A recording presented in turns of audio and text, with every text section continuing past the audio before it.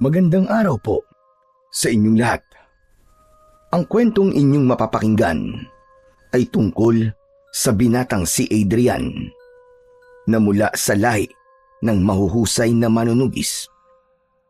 Simula nang mapatay ng mga aswang ang kanyang ama, ay ninais na niyang sa kanya ipapamana ng kanyang lolo ang espada at pakpak na lawin na isang sandata na pinaniniwala ang may mutya na pinagpasapasahan sa bawat henerasyon sa kanilang pamilya.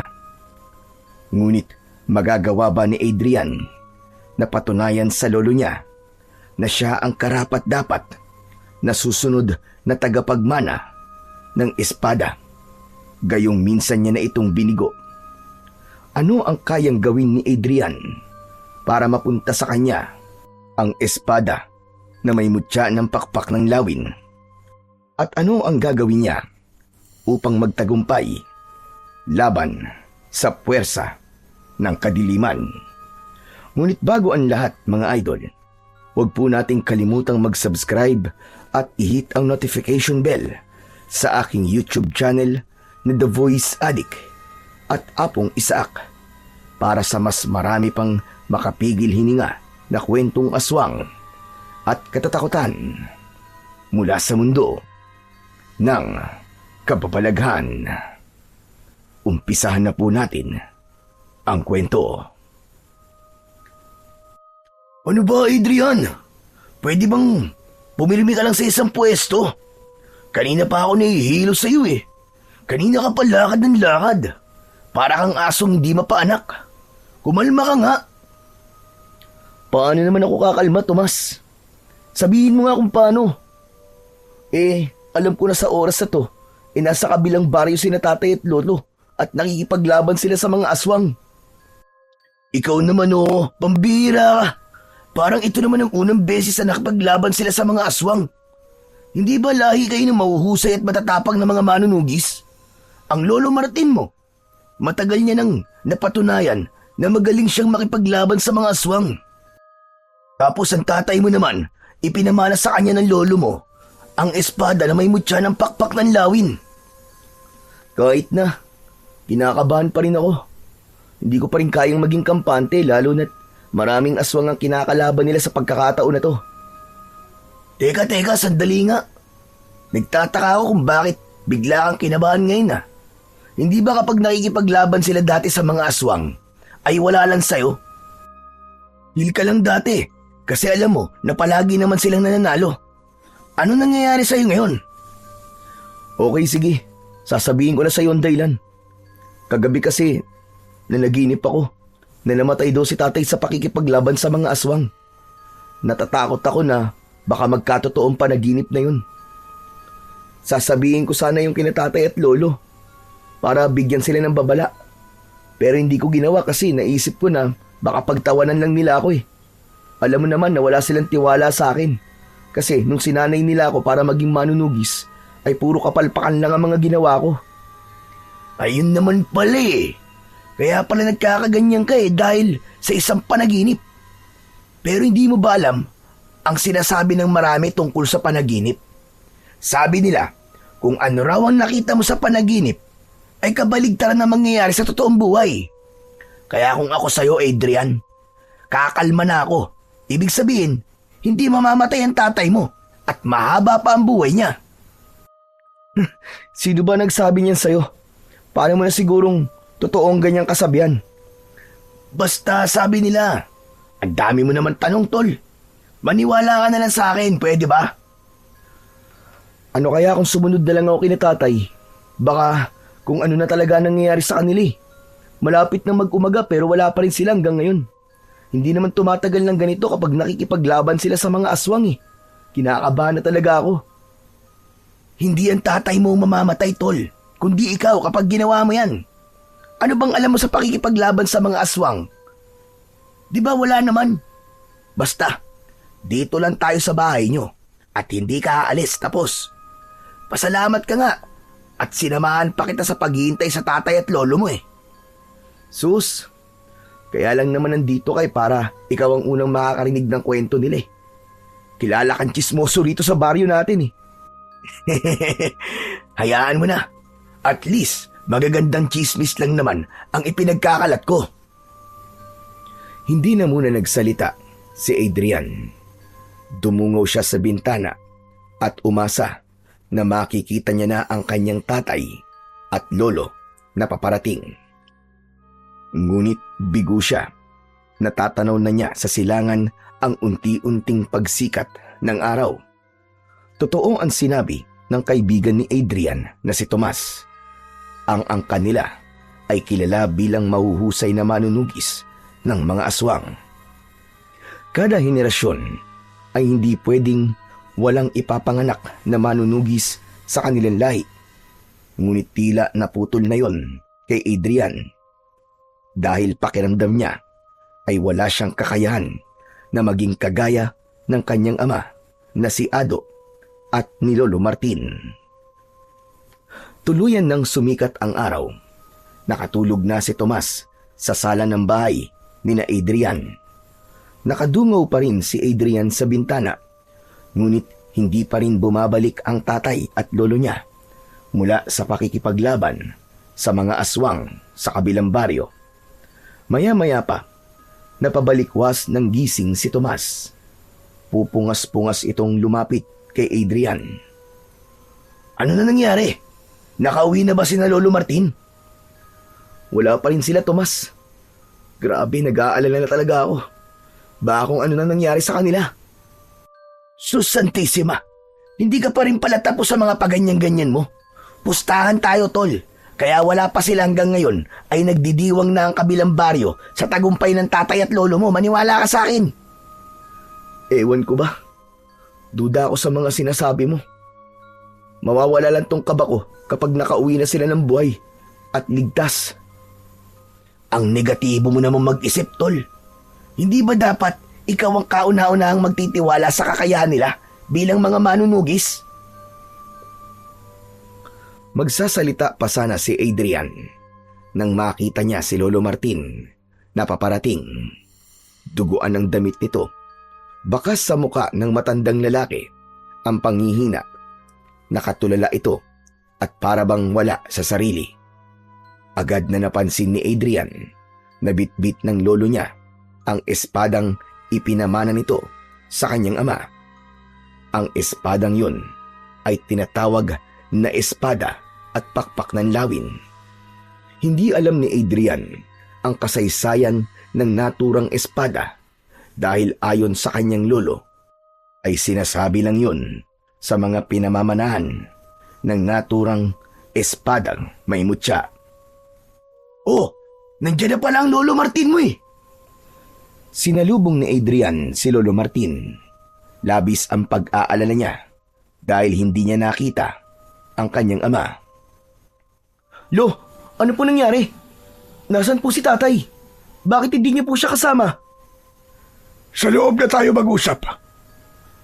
Naunang pumasok si Lolo Martin sa kanilang bahay. May pagtatakang sumunod dito si Adrian. Naupo ang matandang lalaki at basta na lang nito binitiwan ang espada na parabang wala yung halaga para rito. Hinila ni Adrian ang isang upuan. Umupo siya sa harapan ni Lolo Martin habang si Tomas ay nasa tabi ng bintana. Lo, baka pwede niyo na po sagutin ang tanong ko. Si tatay po, nasan po siya? Huwag ka sanang mabibigla, Apo. Pero ang tatay mo, wala na siya. Ano po? Paano pong wala na? Patay na siya, Adrian. Patay na ang tatay mo. Hindi. Hindi po totoo yan. Hindi po pwedeng mamatay si tatay. Nagsasabi ako ng totoo, Apo. Pinatay siya ng mga aswang na nakalaban namin sa kabilang baryo. Hindi, Lolo, hindi. Nagbibiro lang po kayo. Imposibleng mapatay ng mga aswang si tatay. Hawak niya ang espadang may mutya ng pakpak ng lawin. Ang sabi niyo yan ang pinakamakapangyarihang sandata laban sa mga aswang, di ba? Kaya paano po siya mapapatay ng mga aswang? Napakabilis ng mga pangyayari. Pinagtulungan siya ng mga aswang. Nabitiwan niya ang espada at doon siya nilapan ng mga kalaban namin. Napakasakit na hindi ko man lang siya nagawang tulungan. Nabigo kami sa aming misyon. Nang umiyak si Lolo Martin, ay doon na napagtanto ni Adrian na hindi ito nagsisinungaling.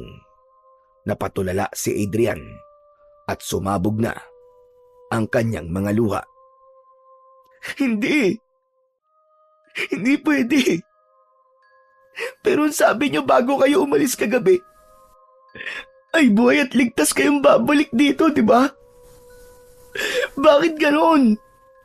Bakit ganon, Lolo Martin? Napayuko si Lolo Martin habang patuloy na umiiyak. Maya-maya pa ay may mga kalalakihang dumating. May bit-bit ang mga yon na pahabang kahon na gawa sa plywood. Naramdaman ni Adrian na ang tatay niya ang laman ng kahon na yon. Lumuluhang nilapitan ni Adrian ang mga lalaking may buhat sa kahon. Ibaba niyo ang kahon na yan! Ibaba niyo! Matapos ibaba ng mga lalaki sa lupa ang kahon, ay lumuhod si Adrian sa tabi nun. Nanginginig ang mga kamay na binuksan yon ni Adrian. Pakiramdam niya ay bumagsak sa kanya ang langit nang makita niya sa loob ng kahon ang duguan at sugatang katawan ng kanyang ama. Halos hindi niya na ito makilala sa dami ng sugat nito sa muka. Hindi alam ni Adrian kung paano hahawakan ang kanyang ama. Wala siyang nagawa kundi ang umiyak ng umiyak. Gusto niyang isipin na panaginip lamang ang lahat, pero alam niya na yun ay isang realidad. Wala na ang kanyang ama at habang buhay niya itong hindi na makakasama. Sa unang gabi ng lamay ng tatay ni Adrian ay dumagsa ang mga taong nais makiramay. Naroon ang ilan sa mga taong iniligtas ng tatay niya mula sa kamay ng mga aswang. Mabuti na lang at naroon si Tomas para tulungan sila sa pag-aasikaso sa mga nakikipaglamay. Habang nakaupo si Adrian sa tabi ng kabaong ng tatay niya, ay lumapit sa kanya ang kaibigan niyang si Tomas. Tol, paubos na pala mga biskwit ha. Ang dami pang tao na nakikipaglamay. Meron pa sa kwarto ni Lolo na 2 lata ng biskwit. Sandalit, kukunin ko lang. Wag na. Dito ka na lang at ako na lang ang kukuha. Tol, salamat ha. Salamat para saan? Sa pag-aasikaso mo sa mga tao rito. Nako, wala yun. Alam mo namang malaki ang utang na loob ko sa tatay mo, hindi ba? Nung bata pa ako, ay kinuha ako ng aswang. Ang tatay mo nagligtas sa akin, di ba? Kundi dahil sa kanya, aba, baka wala na ako ngayon dito. Napakarami talaga ng natulungan ni tatay, no? Tapos ako na nag-iisa niyang anak, ay siguradong hindi magiging kagaya niya. Ano ka ba naman, Adrian? Pambihira ka. Huwag ka magsalita ng ganyan. Bata ka pa naman eh. Hindi pa uli ang lahat para maging kagaya ka ng tatay mo. Pero kung sakaling hindi ka maging kagaya niya, paniguradong magiging magaling ka pa rin sa ibang bagay. O paano? Kukunin ko na muna yung mga biskwit ha. Sige tol, maraming salamat. Umalis na si Tomas sa tabi ni Adrian. Sinilip ni Adrian ang kanyang ama sa loob ng kabaong. Hinaplos niya ang salamin na parabang sa paraan na yun ay nahahawakan niya ang muka ng kanyang ama. Tay, hindi ko po hahayaan na mauwi sa wala ang pagkamatay niyo, Tay. Gagawin ko po ang lahat para maipagmalaki niyo ako. Kahit nasa kabilang buhay ka na. Hindi na malayan ni Adrian ang pagpatak ng kanyang mga luha. Ngunit hindi nagtagal ay umurong ang luha niya nang marinig niya ang pagsigaw ni Tomas sa labas na parabang meron itong kaaway. Nang makita niya si Lolo Martin na tumakbo papunta sa labas, ay agad niya itong sinundan. Nakita nila si Tomas na nasa harapan ng kanilang bakuran. Agad itong nilapitan ni na Adrian at Lolo Martin. Nakita nila ang ilang mga tao na nagmamadaling naglakad palayo na nahinuha ni Adrian na mga sinisigawan ni Tomas. "Huwag na kayong babalik dito ha! Mga wala kayong respeto sa patay! Mga buwisit kayo!" Tomas, ano't sumisigaw ka rito? Abay, lasing ka ba? Saka, bakit mo pinaalis yung mga tao na yun? Hindi ba sina Aling Mosang yun? Nakikipaglamay sila rito kanina. Sus, nandito lang naman ang mga chismosang yun para makikain ng biskwit at sopas eh. Tol, wala namang problema kung nandito sila para makikain lang eh. Saka panigurado na hindi lang pagkain kaya sila nandito. Hindi ba iniligtas ni tatay ang anak na buntis noon ni Aling Mosang mula dun sa tiktik? Sigurado ko na kaya sila nandito ay bukal sa loob nilang pakikiramay. Yun na nga tol eh. Tinulungan ng tatay mo ang anak ni Aling Mosang. Pero yung si Aling Mosang na yun, yung kismosa na yun, abay walang utang na loob. Ano ba sinasabi mo, Tomas? Pwede bang diretsuhin mo na kami? Ano bang dahilan at galit na galit ka kay Mosang at sa mga kasama niya? Paano ba naman po, Lolo? Habang namimigay po ako kanina ng mga biskwit, ay narinig ko pong pinag-uusapan ni na Mosang ang tatay ni Adrian. Abay biruin nyo, ang sabi nila ay wala raw kwentang manunugi si Mang Ado. Kasi sabi nila, kahit kay Mang Ado niyo raw po ipinamana yung espada, ay natalo pa rin siya ng aswang. At hindi lang yun, narinig ko mismo sa bibig ni Aling Mosang na sinisisi ng mga taga-kabilang baryo si Mang Ado kung bakit maraming namatay na tao ron. Umasa raw kasi ang mga tao kay Mang Ado, pero binigulang sila nito. Nababahalang tinignan ni Adrian ang kanyang lolo. Napansin niya ang galit sa muka ng matandang lalaki. Lolo, totoo po ba yun? Sinisisi ng mga tao sa kabilang baryo si tatay. Ang totoo ay ngayon lang nakarating sa akin ang sinabi ni Tomas. Hindi ko alam na sinisisi pala nila ang anak ko. Ginawa ni Ado ang lahat para maprotekta ng mga tao sa kabilang baryo. At sa kagustuhan niyang protekta ng lahat mula sa mga aswang, ay buhay niya ang naging kapalit. Isang beses lang nabigo ang tatay mo, Adrian. Isang beses lang sa napakaraming beses niyang nakapagligtas ng buhay ng iba. Tapos, ganun pa ang sasabihin nila sa anak ko. Kaya nga po, Lolo eh. Hindi po ba pwedeng ang mas maraming pagtulong at magagandang bagay na nagawa ni tatay ang alalahanin nila kaysa sa kanyang pagkamatay? Nako, marami talagang ganyang tao, Tol. Magkamali ka lang ng isang beses, burado na kagad sa utak nila ang mga kabutihang nagawa mo. Sa ngayon, isang tabi muna natin ang bagay na yan. Ang mga tunay na nakikiramay na lamang ang pagtuunan natin ng pansin. Sige na. Matapos yun, ay bumalik na sa loob ng bahay sina Lolo Martin at Tomas. Naiwan si Adrian sa labas. Tinignan niya ang mga taong naroon at tinanong niya ang kanyang sarili kung ilan ba sa mga yon ang totoong malungkot sa pagkamatay ng kanyang ama. Matapos ang 3 gabi, ay inilibing na ang tatay ni Adrian. Pagkatapos ng libing, ay umuwi na sila ni Lolo Martin sa kanilang bahay. Sumalubong sa kanila ang nakakabinging katahimikan. Hindi maiwasang malungkot ni Adrian dahil sa katotohanan na simula sa araw na yon ay hindi na niya maririnig ang paghalakhak ng kanyang tatay. Masayahing tao kasi ito at sobrang mapagbiro. Nilapitan ni Lolo Martin ang espada na nasa isang sulok. Puno pa rin yun ng natuyong dugo mula sa huling pakikipaglaban ng tatay ni Adrian sa mga aswang. Kinuha ng matandang lalaki ang espada at tinignan. Kailangan ko na itong linisan bago ko itago. Lolo, naalala ko po yung sinabi niyo dati na kapag ipinamana ang espada na yan sa karapat-dapat, ay walang aswang ang makakapatay sa may hawak ng espadang yan. Nagtataka lang po ako kung bakit namatay pa rin po si tatay. Mahirap matukoy ang tunay na kasagutan sa tanong mo na yan, Adrian. Pero kung uunawain nating mabuti ang nangyari, maaaring hindi karapat-dapat ang tatay mo sa espadang ito. Pero paano pong nangyari yun? Nag-iisang anak niyo lang po si tatay. Paanong hindi siya magiging karapat-dapat? Siya lang po ang natatanging susunod sa yapak niyo, hindi po ba? Sa totoo lang ay hindi ko rin alam. Minsan ang mga ganitong mahiwagan sandata ay mahirap unawain.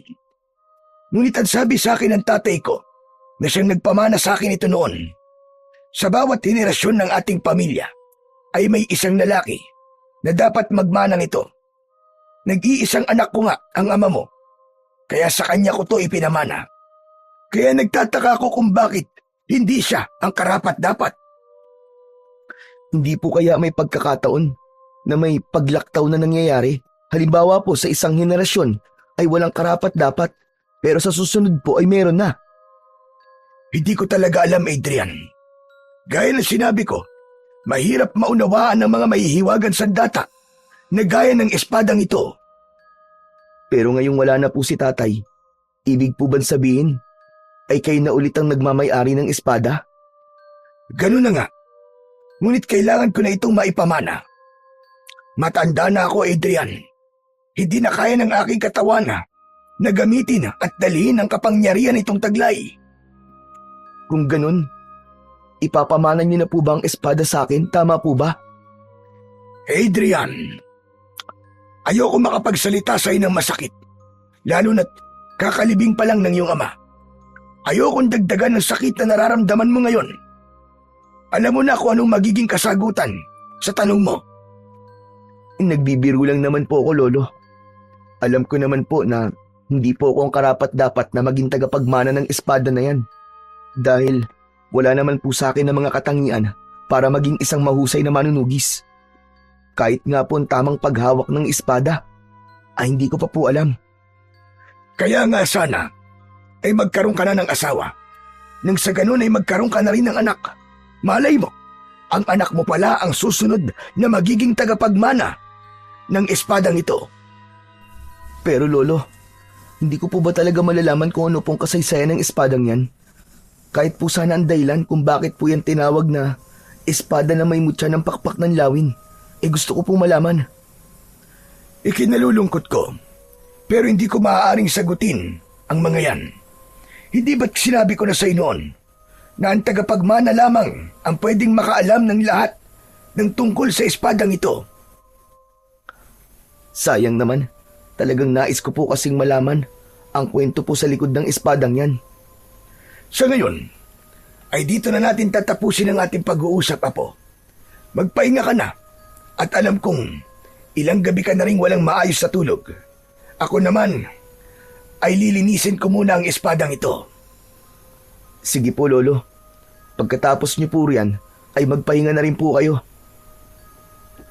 Pumasok na si Adrian sa kwarto nila ng kanyang tatay.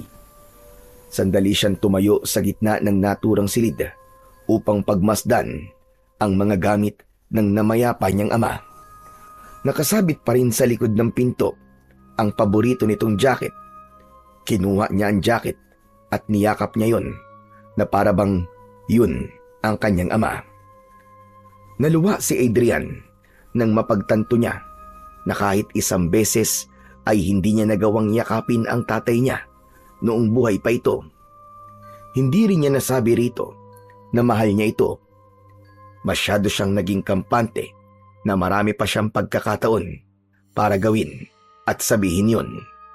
Ngunit nang biglaang nawala ang kanyang tatay, ay doon niya nalaman na totoo nga na napakaikli lamang ng buhay ng isang tao. Nang mga sumunod na araw, ay mas ginawang abala ni Adrian ang kanyang sarili upang hindi niya masyadong maramdaman ang lungkot sa pagkamatay ng kanyang ama. Kulang na nga lang ay buong araw siyang magtrabaho sa taniman ng mga gulay kung saan sila parehas na nagtatrabaho ni Tomas. Sa tuwing umuuwi kasi siya sa bahay nila at mag-isa siya sa kanyang kwarto, ay bumabaha ang alaala ng tatay niya at hindi niya maiwasan ang pag-iyak.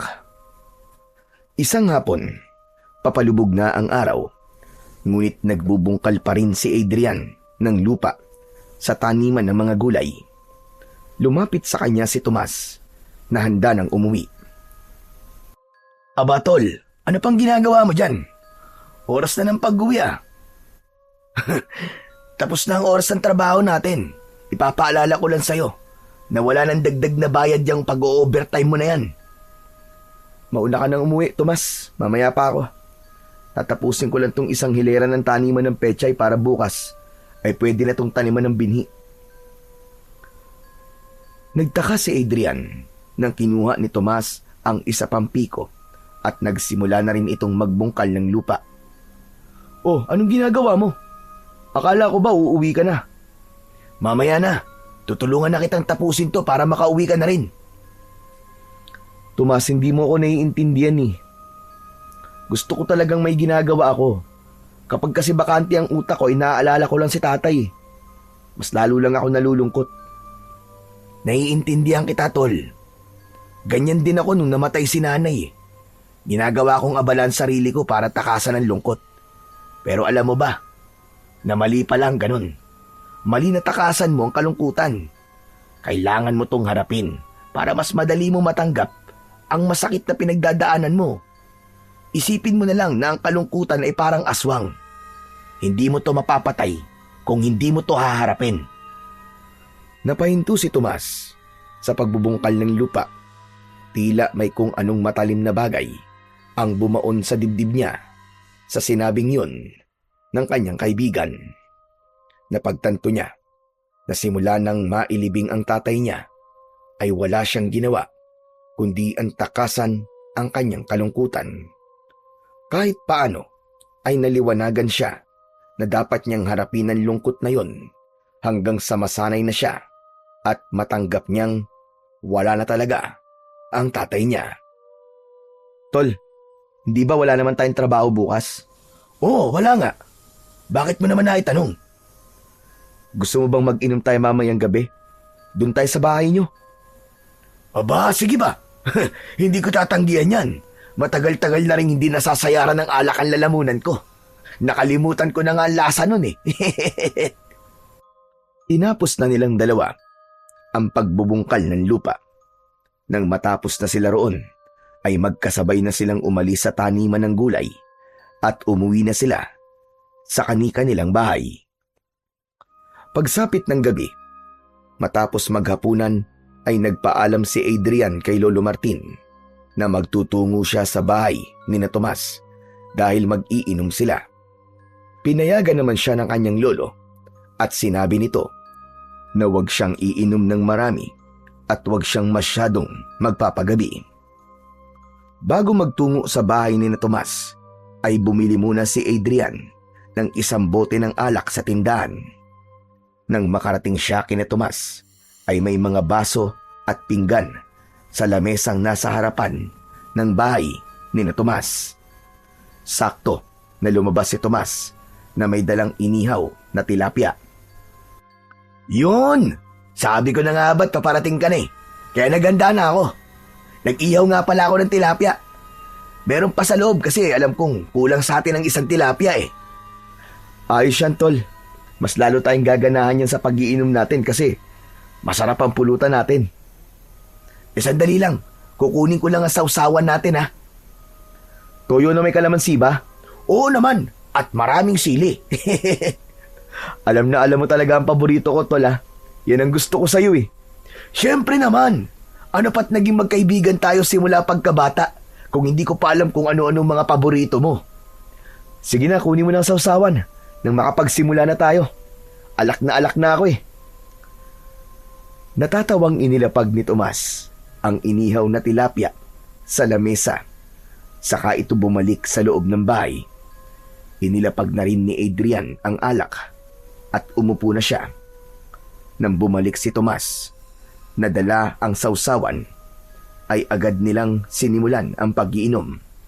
Nagpalitan sila ng tagay At matapos ang ilang minuto, ay naramdaman na ni Adrian ang epekto ng alak sa kanya.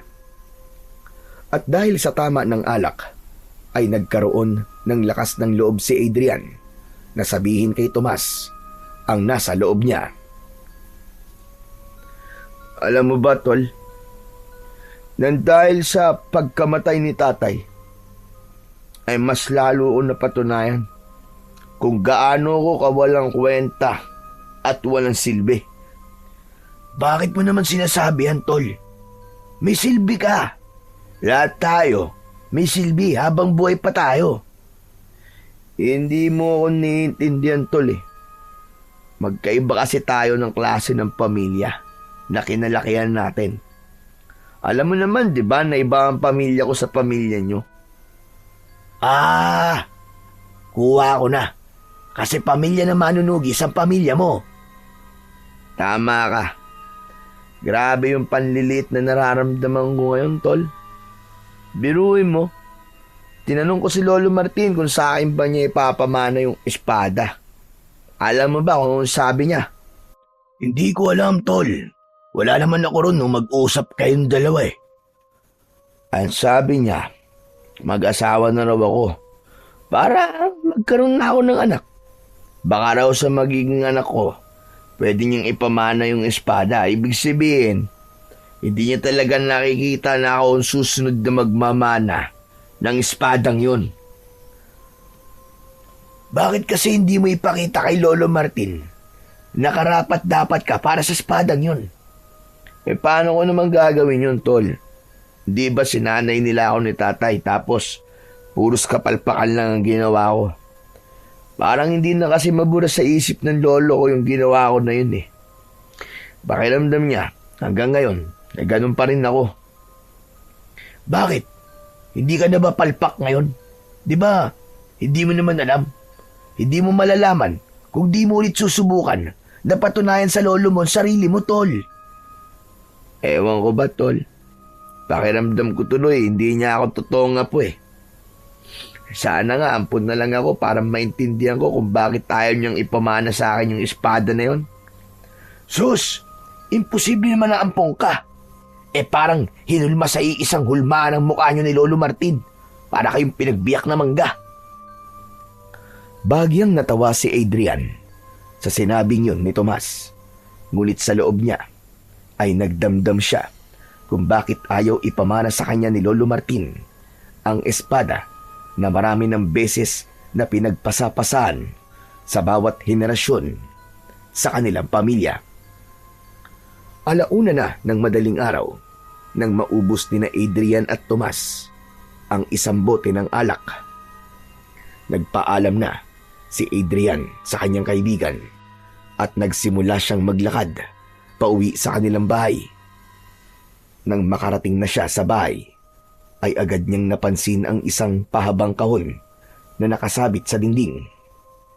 Kinuha niya ang kahon at inilapag sa maliit na lamesa na nasa gitna ng sala. Binuksan niya yon at tumambad sa kanya ang espada. Malinis na ulit yun at makintab na. Tinignan at kinausap niya ang espada na para bang naiintindihan siya nun. Alam mo, ang tagal ko nang gustong mahawakan ka, espada. Pero hindi naman kita pwedeng hawakan kasi ang sabi ni Lolo, kapag hinawakan kita ay maraming mangyayaring kamalasan sa akin. Kasi hindi daw ako ang karapat-dapat. Ngunit nagulat si Adrian nang biglang lumabas si Lolo Martin sa kwarto nito. Lumapit sa kanya ang matanda. Lolo, hindi ko po hinawakan ng espada. Promise po. Teka, bakit tugising pa kayo, Lolo? Susunduin sana kita kina Tomas. Pero hindi ko na itinuloy kasi narinig ko ang mga sinabi mo habang nagiinom kayo, Apo. Alam ko na masama ang loob mo sa akin dahil hindi ko ipinamana sa iyo ang espadang yan. Lo, pasensya na. Lasing po ako nang sabihin ko ang mga yon. Kaya huwag niyo po yung seryosohin, Lo. Hindi po masama ang loob ko sa inyo, promise. Huwag mo nang itanggi. Alam ko na ang mga sinabi mo kanina ay totoong nasa loob mo, Apo. Sana'y maunawaan mo na hindi ko basta-basta pwedeng ipamana sa iyo ang espada, lalo na't hindi ka pa handa. Isa pa, natuto na rin ako sa nangyari sa tatay mo. Ayoko nang magkamali sa pagkakataon na ito. Pero Lo, wala po ba talagang paraan para ako po ang sunod na magmana ng espada? Sa totoo lang, marami po akong naririnig na sinasabi ng mga tao rito sa baryo. Sinasabi po nila na ako ang naiiba sa pamilya natin. At wala akong kakayaang ipagtanggol ang ating baryo kung sakaling muling magkaroon ng pagsalakay ng aswang. Lo, pakiramdam ko napakaliit at ang hina ko. Kung papakinggan mo ang sinasabi sa iyo ng iba, ay talagang ganyan ang mararamdaman mo. Tandaan mo, Apo, walang ibang higit na nakakakilala sa iyo, kundi ang sarili mo lang. Ipakita mo sa akin, Adrian, na karapat-dapat kong ipagkatiwala o ipamana sa iyo ang espada. Teka. Ano pong ibig niyo sabihin? Binibigyan niyo po ako ng pagkakataon na muling patunayan ang aking sarili para sa espada? Tama ka, Adrian. Ngunit ito na ang huling pagkakataon mo. Kapag nakita ko na hindi talaga ikaw ang karapat-dapat, ay wala na akong magagawa, kundi ang maghintay ng panibagong sisibol sa henerasyon sa ating lahi. Maraming salamat po, Lolo. Hayaan niyo po at hindi ko sasayangin ang pagkakataong ibinigay niyo sa akin. Ipapakita ko po sa inyo na karapat-dapat po ako magmana ng inyong espada. Huwag mong sabihin, Adrian, kundi gawin mo. Magtitiwala ulit ako sa iyo. At sana, hindi ito usapan lasing. Oo, Polo. Naiintindihan ko po kayo.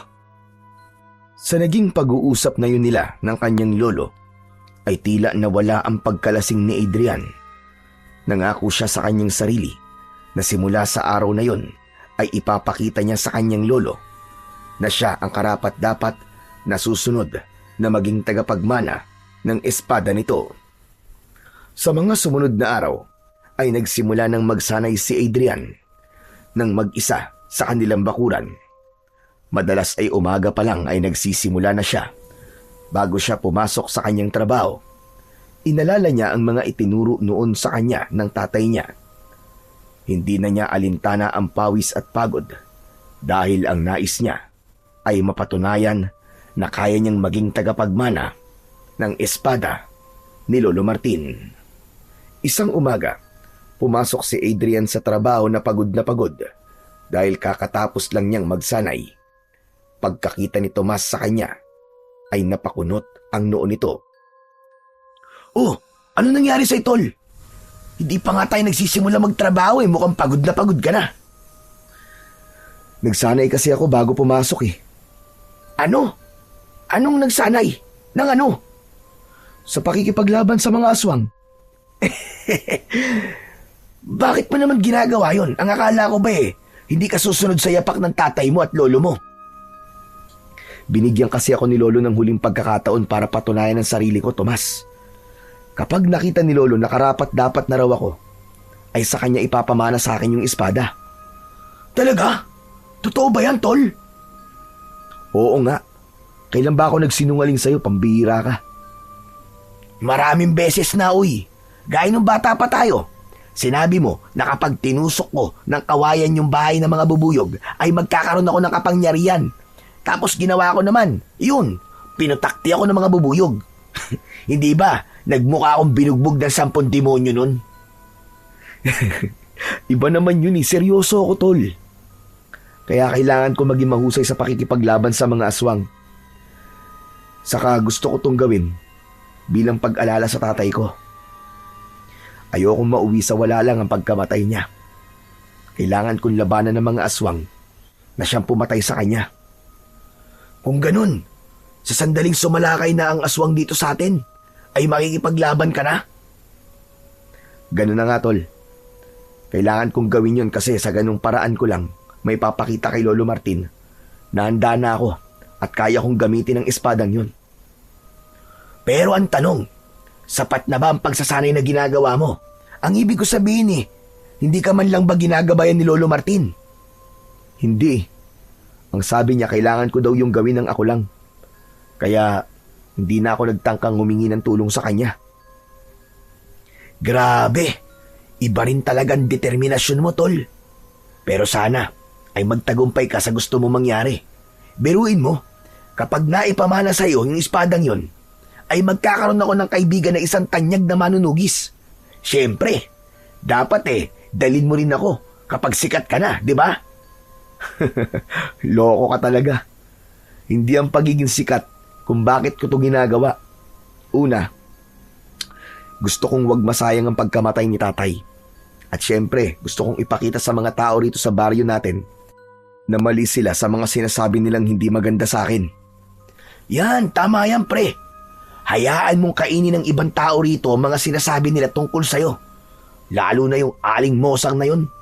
Narinig ko nga nung isang araw na ikinikwento niya sa mga katsismisa niya na paniguradong ikinakahiya ka raw ng tatay mo kasi walang pag-asa na maging katulad ka ni Mang Ado. Hindi pa rin pala tumitigil ang aling mosang na yun, Hindi ko alam kung bakit niya yung ginagawa. Wala akong natatandaan na may nagawa ang pamilya ko sa kanya na hindi maganda. Yun ako, hayaan mo na nga siya, tol. Sadyang may mga tao lang talaga na ginagawang panghimagas ang chismis. Doon sila sumasaya Ayaw mo ba nun? Nakakapagbigay ka ng kasiyahan sa ibang tao. Saka mga ganong klase ng tao, Chong. Sila yung mga malulungkot. Gusto nilang pinagpepiestahan at pinagtatawanan ng kahinaan ng iba. Pero sarili nilang mali, hindi nila nakikita. Tama ka, tol. Hindi ko na dapat pansinin ang mga gaya ni Aling Mosang. Kasi wala naman silang maitutulong sa akin Ang dapat kong pagtuunan ng pansin ay ang maging biyasa sa pakikipaglaban. Para sa sandaling may pagkakataon na patunayan ko ang sarili ko sa espada, ay may ipapakita ko yung kay Lolo Martin. Nang dahil sa pakikipag-usap ni Adrian kay Tomas, ay nadagdagan ang tiwala niya sa kanyang sarili at mas lumakas ang kanyang loob na magtatagumpay siya sa bagay na nais niyang maabot. Nagpatuloy si Adrian sa kanyang pagsasanay. Isang umaga, pagkagising niya, ay agad siyang nagtungo sa likod ng kanilang bahay upang muli ay magsanay. Wala siyang pasok sa trabaho ng araw na yon, pero imbis na magpahinga, ay nagdesisyon siyang ilaan ang buong araw niya sa pag-iensayo. Sa gitna ng kanyang ginagawa, ay narinig niya ang pagtawag sa kanya ni Lolo Martin. Adrian, tumigil ka na muna dyan, apo. Halika't samahan mo ako mag-almusal. Ipinagtimpla na kita ng kape. Baka lumamig na yon. Mamaya na po ako mag-aalmusal, Lo. Magpapapawis lang po muna ako. Ikukondisyon ko po muna ang katawan ko para sa maghapong pagsasanay na gagawin ko. Lumapit si Lolo Martin kay Adrian. Kinuha nito ang kawayan sa kamay niya na ginagamit niya sa pagsasanay. Natutuwa ko sa dedikasyong ipinapakita mo para maging mahusay sa pakikipaglaban. Ang totoo ay lihim kitang pinapanood at humahanga ako sa mga nakikita ko sa iyo, apo. Kahit walang nagtuturo sa iyo, ay nagagawa mong paghusayin ang galaw mo sa bawat araw na lumilipas. Naku, maraming salamat po, Lo. Mas lalo tuloy lumakas ang loob ko dahil po sa sinabi niyo. Ang totoo nga po niyan, Lo. Inaalala ko lang po yung mga itinuro niyo noon ni tatay sa akin. Magandang ginagawa mo. Ngunit hindi mo rin dapat pabayaan ang iyong kalusugan. Ito dapat ang gawin mong prioridad. Dahil walang silbi kung magiging mahusay ka nga sa pakikipaglaban, tapos mahina naman ang iyong katawan. Kaya dapat ay kumain ka ng sapat at sa tamang oras. Huwag ka mag-alala, dahil simula sa araw na ito, ay makakasama mo na ako sa iyong pagsasanay. Ano po? Ano pong ibig niyo sabihin, Lolo? Tutulungan na kita sa iyong pagsasanay para mas maging maayos ang iyong mga galaw sa pakikipaglaban. Pero sa tingin ko, ay hindi mo na kailangan ng aking tulong dahil kaya mo na yan ang mag-isa. Hindi po, Lolo. Kailangan ko po ang tulong nyo. Iba pa rin po kung may gabay nyo ang pagsasanay na ginagawa ko. Sigurado ka ba? Baka makagulo lang kasi ako sa sarili mong estilo. Hindi po. Ang totoo nga po niyan eh. Ilang beses na akong nagtangkang sabihin sa inyo na baka pwede niyo po akong tulungan sa aking pagsasanay. Pero inuunahan po ako ng hiya palagi eh. Ano ka ba? Hindi mo kailangan mahiya sa akin na po. Tayong dalawa na lamang ang magkasama sa buhay. Kaya dapat magtulungan tayo. Sige na, sumunod ka na sa akin sa loob para makapag-almusal na tayo. Sige po, Lo. Maraming salamat po ulit. Nang tumalikod at naglakad na papasok sa bahay si Lolo Martin, ay ngumiti ng malaki ang binatang si Adrian. Hindi niya naitago ang labis na kasiyahan dahil sa sinabi ng kanyang lolo. Pakiramdam niya ay isa lamang panaginip ang lahat at hindi siya makapaniwala na ito mismo ang nag-alok na sanayin siya sa pakikipaglaban sa mga aswang. Matapos mag-almusal, ay sinimulan na kagad ni na Adrian at Lolo Martin ang pagsasanay. Sa likod ng bahay ay tinuruan si Adrian ni Lolo Martin ng iba't ibang teknik sa pag-atake at pagdepensa gamit ang kawayan na kunwari ay isang espada. Habang lumilipas ang oras, naramdaman ni Adrian ang kasiyahan dahil hindi na siya basta pinapanood lang ni Lolo Martin dahil ito na mismo ang nagtuturo at gumagabay sa kanya. Sa bawat tamang galaw na nagagawa niya ay pinupuri siya nito, kaya mas lalong naging malakas ang determinasyon ni Adrian. Para sa binata, sapat na yon bilang senyales na unti-unti na niyang napapatunayan ang kanyang sarili at nakukuha na niya ang tiwala ng taong matagal nang nag-aalinlangan na ipamana sa kanya ang espada na may mutya ng pakpak ng lawin. Matapos ang kanilang pagsasanay, ay pagod na naupo si Adrian sa mahabang bangko na nasa ilalim ng puno ng mangga. Habol niya ang kanyang paghinga, pero masaya siya. Lumapit si Lolo Martin sa kanya. Kumusta? Marami ka bang natutunan sa pagsasanay natin ngayong araw? Napakarami po, Lo. Nakakapagod pero masaya po ako na kayo na po nagtuturo sa akin ng mga dapat ko pong malaman. Ipinagmamalaki kita po. Napakalayo mo na sa dating Adrian na sinanay namin noon ni Ado. Ibang-iba ka na ngayon. Bata pa po kasi ako noon, Lo eh. Wala pa ako masyadong determinasyon, pero ngayon, nag-iba na po ang paraan ko ng pag-iisip. Lalo na po nung namatay si tatay dahil sa mga aswang.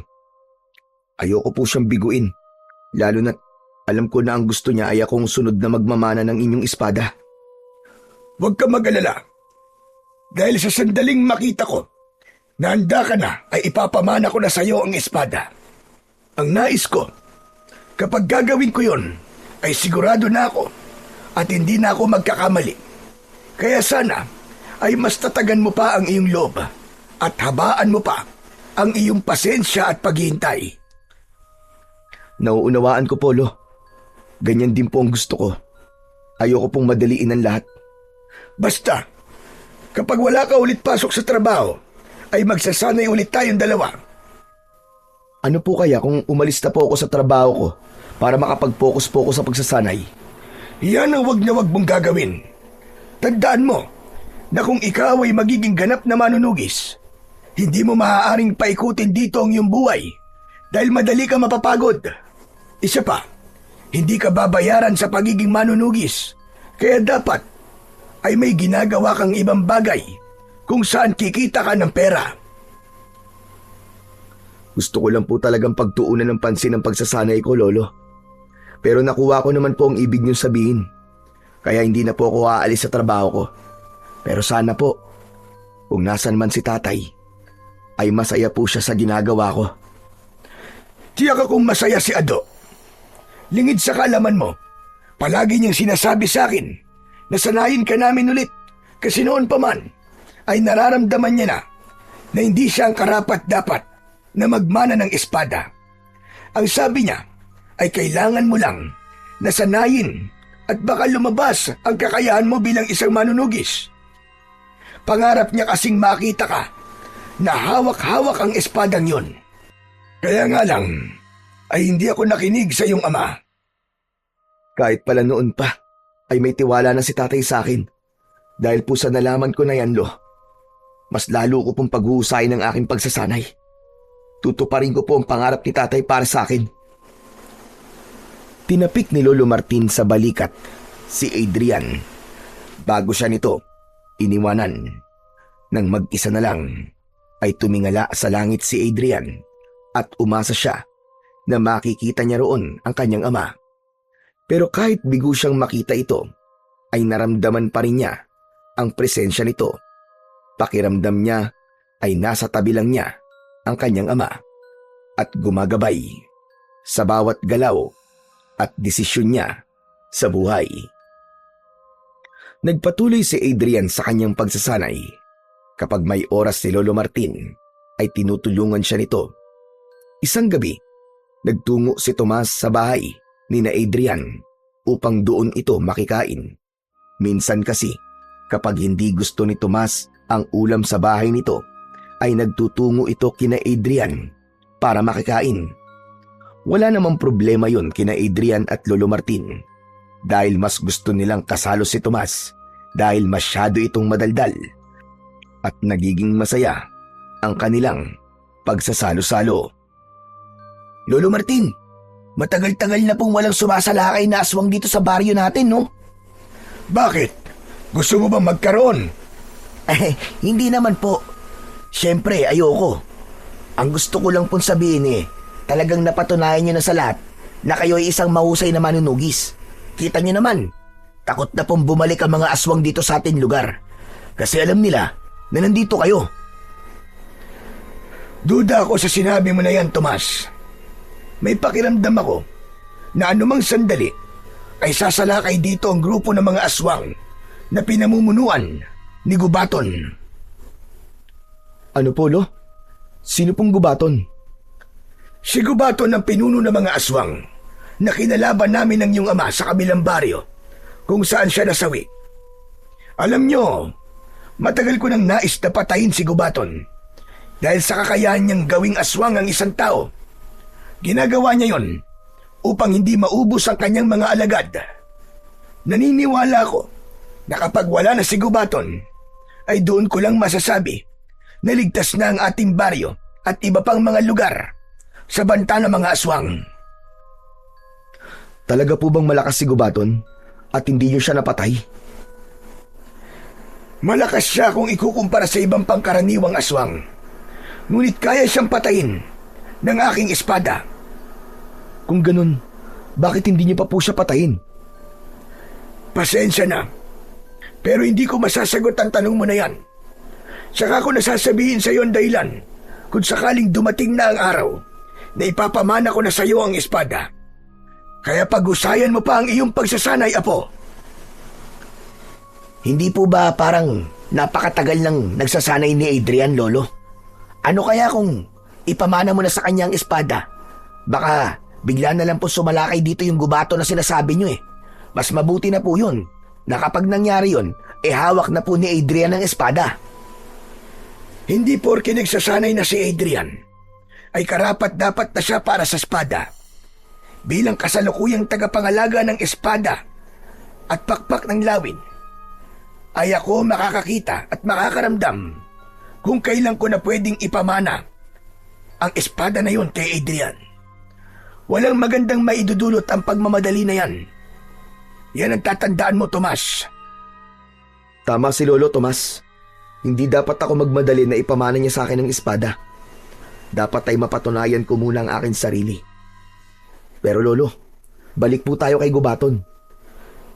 Isa po ba siya sa mga aswang na pumatay kay tatay? Oo, Apo. Pinuntirian ni Gubaton ang iyong ama. Nang labis nang nasugatan ni Gubaton si Ado, ay saka siya pinagtulungan ng mga alagad ni Gubaton. Teka, bakit mo pala naitanong yan?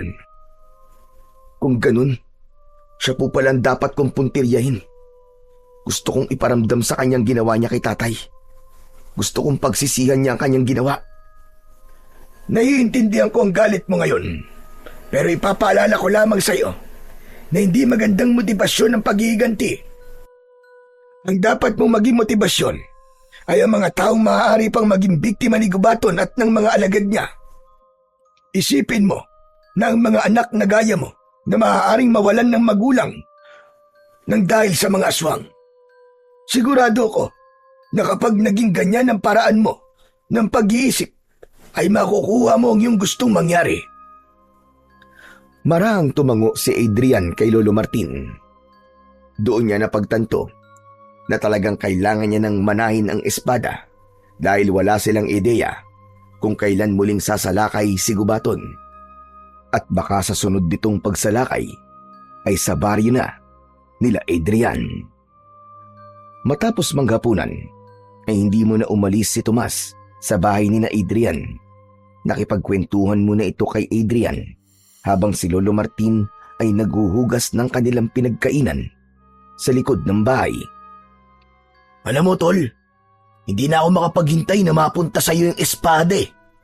Ang astig mo sigurong tignan habang hawak mo yun tapos nakikipaglaban ka sa mga aswang, no? Sus, gusto mo lang kasi akong ipagyabang kaya atat na atat kang mangyari yun. Aba, dapat lang na ipagyabang kita kasi best friend kita eh. At hindi lang kita ipagmamayabang, ipagmamalaki rin kita. Tol, sana wag mo akong kalimutan kapag sikat na manunugis ka na ha.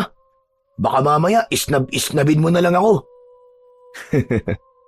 Hindi ba ang sabi ko sa'yo ay hindi ko hangad ng sumikat? Ang gusto ko lang ay tuparin ang pangarap ni tatay para sa akin na maging susunod na tagapagmana ng espada. Siyempre gusto ko ring mapatay si Gubaton para hindi na kailangan matakot ng mga tao dito sa atin at sa iba pang baryo. Parang imposible naman kasing hindi ka maging sikat kapag naging kagaya ka ng tatay at lolo mo. Sigurado ako na marami ang hahanga sa'yo.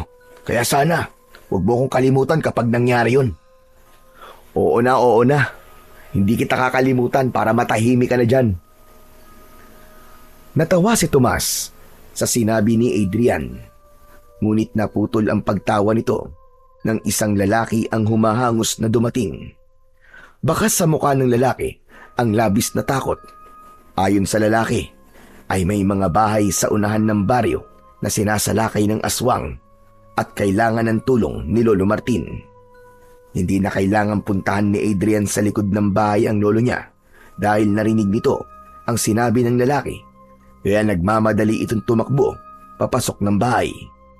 Nang lumabas ang matandang lalaki, ay dala na nito ang espada at sa kabilang kamay ay isang matalim na itak. Inabot ni Lolo Martin ang itak kay Adrian, ngunit hindi niya yun tinanggap. Ito na ang pagkakataon mo para patunayan ang iyong sarili. Gusto ko na ikaw ang maging katulong ko sa pagharap sa mga aswang ngayong gabi. Lolo, hindi po ako sigurado kung handa na po ba ako makipaglaban eh. Hindi yan ang inaasahan kong sagot mula sa'yo. Pero kung hindi ka pa talaga handa, ay ako na lang ang mag-isang makikipaglaban sa mga aswang. Sige na, pumasok na kayo sa loob at wag muna kayong lalabas. Inilapag ni Lolo Martin ang itak sa mahabang upuan at saka ito tumakbo ng mabilis. Dala ang espada na may mutya ng pakpak ng lawin. Tol, anong ginawa mo? Bakit hindi mo tutulungan ng lolo mo? Hindi ko kasi alam kung kaya ko nang humarap at makipaglaban sa mga aswang eh. Ano pa't nagsasanay ka araw-araw, di ba? Halos 1 buwan ka na nagsasanay para sa kaalaman mo. Saka, hindi ba, ikaw na mismo nagsabi sa akin na iniintay mo ang pagkakataon na to? Paano kung ito na ang huling pagkakataon na ibibigay sa'yo ng lolo mo? Sige nga, paano kung maisip niya na hindi talaga ikaw ang karapat-dapat na susunod na magmamana ng kanyang espada kasi hindi mo siya tinulungan ngayong gabi? Sandaling natigilan si Adrian at tinignan niya ang itak. Nanginginig ang buong katawan niya dahil samot-saring emosyon ang kanyang nararamdaman. Tama ka, Tol. Baka nga kapag wala akong ginawa ngayong gabi ay magdesisyon si Lolo na wag nang ipamana sa akin ng espada. Natatakot ako, pero kailangan ko makipaglaban sa mga aswang. Hindi ko pwedeng hayaang mahirapan si Lolo na mag-isang lumaban sa mga aswang. Yan, ganyan nga. Ano pang ginagawa mo rito? Kunin mo na ang itak at sundan mo na ang lolo mo. Bilisan mo! Hindi na nagsalita si Adrian. Dinampot niya ang itak at saka tumakbo papunta sa direksyong pinuntahan ng kanyang lolo. Malayo pa lang ay dinig na dinig niya ang sigawan ng mga taong inaatake ng mga aswang. Nang makarating siya sa unahang bahagi ng baryo, ay nakita niya si Lolo Martin na nakikipaglaban sa mga aswang. May ilang kalalakihan naman na tumutulong dito. Dapat lang natulungan ko si Lolo sa pakikipaglaban. Ang ibang tao nga tinutulungan siya. Dapat ako rin, na apo niya. Tumakbo si Adrian papalapit kay Lolo Martin. Nagulat ang matanda nang makita siya. Adrian, apo! Anong ginagawa mo rito? Akala ko ba hindi ka pa handang makipaglaban? Lo, naisip ko po na tama kayo ni Tomas. Pagkakataon ko na po to para ipakita sa inyo na karapat-dapat akong sumunod sa inyong yapak. Mabuti naman at natauhan ka na. Pero mag-iingat ka po. Mababangi sa mga aswang na ito. Mabilis ang mga aswang at sabay-sabay sumugod ang mga yun. Naghiwalay sina Adrian at Lolo Martin. Isang aswang ang umatake kay Adrian. Agad siyang nakaramdam ng takot at halos mabitiwan niya ang kanyang hawak na itak. Nakaiwas siya nang muntik na siyang sunggaban nito. Tinaga niya ang aswang sa dibdib na naging sanhi para malakas siyang mapahiyaw. Sa pag-ikot ng mga mata ni Adrian ay nakita niya si Lolo Martin na pinagtutulungan ng 3 aswang. Sinunggaban ito ng isang aswang kaya natumba ito at kumawala sa kamay nito ang espada. Sabay-sabay na sinunggaban ng 3 aswang si Lolo Martin. Pakiramdam ni Adrian ay dinidurog ang puso niya sa malakas na sigaw ng matanda. Sumugod si Adrian sa 3 aswang at buong lakas niyang isinaksak ang itak sa likod ng isang aswang. Bumagsak ang naturang aswang. Ang isang aswang naman ay umatake sa kanya. Iniwasan niya ito sabay taga sa leeg, habang ang natitirang aswang ay tila natakot sa kanya at tumakbo palayo. Nagpatuloy ang laban nang muling nakabangon si Lolo Martin, habang si Adrian ay nabuhay ang apoy sa dibdib at nagsimula ng gamitin ang mga teknik na natutunan niya sa kanyang lolo mula sa kanilang pagsasanay. Hanggang sa biglang huminto ang lahat ng aswang nang may narinig ang mga ito na isang malakas na alulong mula sa malayo. Parang utos yun na nagmula sa pinuno ng mga aswang. Isa-isang umatras ang mga aswang hanggang sa tuluyan ng nilamon ang mga yun ng dilim. Ang unang nilapitan ni Adrian ay si Lolo Martin. Duguan ito at puno ng sugat sa katawan. Bakas sa mukha ng matanda ang panghihina. Lolo, kailangan ko po kayong daling kay Mang Tasyo. Kailangan magabot po mga sugat nyo. Unahin mo na munang tulungan ng ibang mga sugatan. Sige na, kaya ko ang sarili ko, apo. Pero Lo, sige na, sundin mo na lang ang utos ko sa'yo. May pag-aalinlangan na binitiwan ni Adrian si Lolo Martin. Tumalikod na siya upang tulungan ang iba pang mga sugatan. Pero hindi pa man siya nakakahakbang, ay narinig niya ang pagbagsak ni Lolo Martin sa lupa. Pagharap niya rito, ay nanlaki ang mga mata niya nang makitang walang malay na nakahandusay si Lolo Martin sa lupa. Puno ng pag-aalalang binalikan ni Adrian ang matanda. Binuhat niya at itinakbo niya ito sa kilalang albularyo sa kanilang lugar na si Mang Tasyo. Pagdating ni na Adrian at Lolo Martin sa bahay ng albularyo, ay agad na nilapatan ng lunas ng manggagamot ang mga sugat ni Lolo Martin. Kahit paano ay nabawasan ang pag-aalala ni Adrian nang sabihin ni Mang Tasyo na buhay pa ang kanyang lolo. Ayon dito ay masyadong maraming sugat ang natamo ni Lolo Martin, kaya ito nawalan ng malay. Matapos magamot ng albularyo si Lolo Martin, ay inuwi na ito ni Adrian sa kanilang bahay. Nagpatulong siya sa kaibigan niyang si Tomas na ihiga ang wala pa ring malay na si Lolo Martin sa kama nito. Tol, ano nangyari kay Lolo? Buhay pa ba siya? Pambihira ka kung makapagsalita ka naman, parang gusto mo na siyang mawala. Natural, buhay pa siya. Wala lang siyang malay dahil sa mga sugat na natamo niya sa mga aswang. Salamat naman sa Diyos at buhay pa si Lolo Martin. Pero mukhang mababangis sa mga aswang na sumalakay dito sa atin ah. Ngayon ko lang kasi nakitang ganyan si Lolo Martin eh. Ako rin, tol. Pero sa tingin ko ay dahil sa matanda na si Lolo, kaya ganyan na nangyari sa kanya. Mahina na siya at hindi na siya gaya nun na talagang ubod ng lakas. Malungkot na tinignan ni Adrian si Lolo Martin.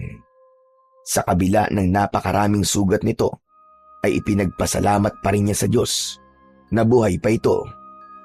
Hindi lang kasi kay Adrian malaking kawalan si Lolo Martin, kundi maging sa buong baryo nila, dahil tanging ito lamang ang may kakayahan na makipaglaban sa mga aswang sa kanilang lugar.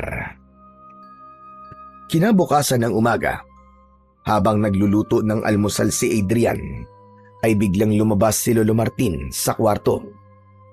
Hirap itong maglakad at sa bawat takbang ay napapangiwi ito.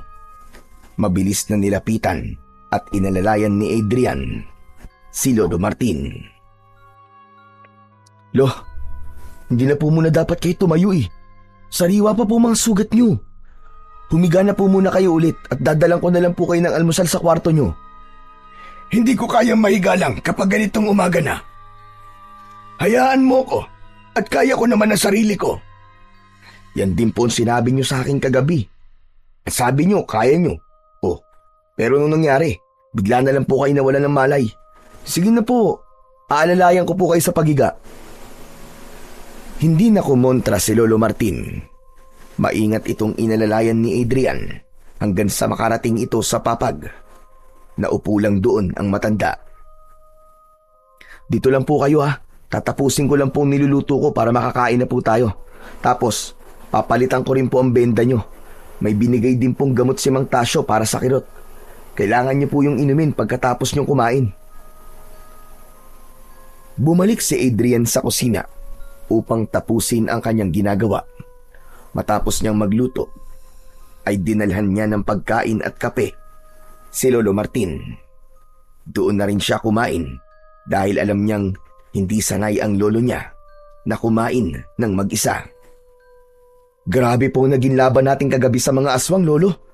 Hindi ko po akalain na talaga palang nakakatakot na gawin ng ganung bagay. Unang beses ko po yung ginawa at nalaman ko na mahirap pala talaga ang ginagawa niyo ni tatay. Kaya mas lalo pong tumaas ang paghanga ko sa inyong dalawa. Ako rin. Tumaas din ang paghanga ko sa ginawa mo kagabi, Adrian. Ano po? Nagbibiro po ba kayo? Bakit naman po kayo hahanga sa akin? Hindi ko nga po naubos yung mga aswang eh. Hindi importante na maubos mo sila o hindi.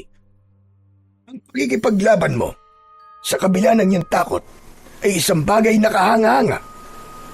Hindi lahat ng tao ay kayang gawin ang ginawa mo.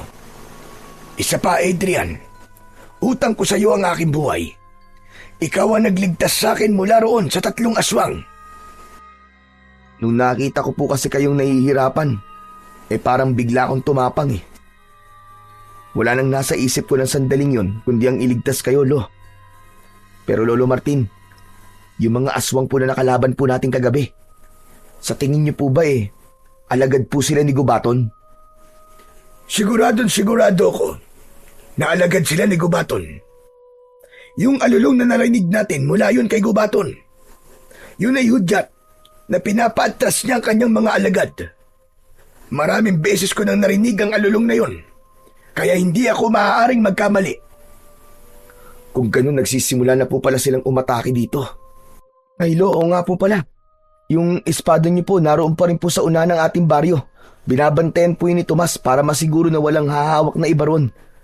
Kahit po alam ng mga tao rito sa atin na hindi nila maaaring hawakan yon, ay mas mabuti na po ang sigurado. Kaya po pinapabantayan ko yung kay Tomas. Mabuti naman kung ganun. Mamaya ibabalikan ko yun para ako mismo ang kumuha at para may pamana ko na rin sa iyo. Nanlaki ang mga mata ni Adrian sa sinabing yun ni Lolo Martin. Pakiramdam niya ay malinang ang pagkakadinig niya. Teka, ano pong sabi niyo, Lo? Pwede po bang pakiulit? Nabingi ka ba sa lakas ng sigaw ng mga aswang kagabi? Kaya hindi mo na narinig ang aking sinabi.